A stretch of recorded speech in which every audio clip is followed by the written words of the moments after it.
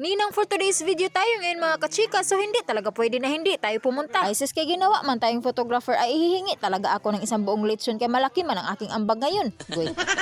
Ay sis, kasi sinasabi ko talaga sa inyo, hindi talaga mauubos tong 2 lechon na pagkalaki-laki. Pero kay isang barangay man siguro ang kanilang inimbita kaya naghanda naman talaga sila ng todo. Ay dito talaga tayo mahihirapan pag bata ang nag-birthday kay baka damputin talaga yung cake niyo dyan. Pero kay hindi naman yung ginawa ng aking inaanak kay parang natakot na manuan yan sa kandila na parang fireworks. Kaya kala siguro nung bata Bombay yan nasasabog bigla. Goy.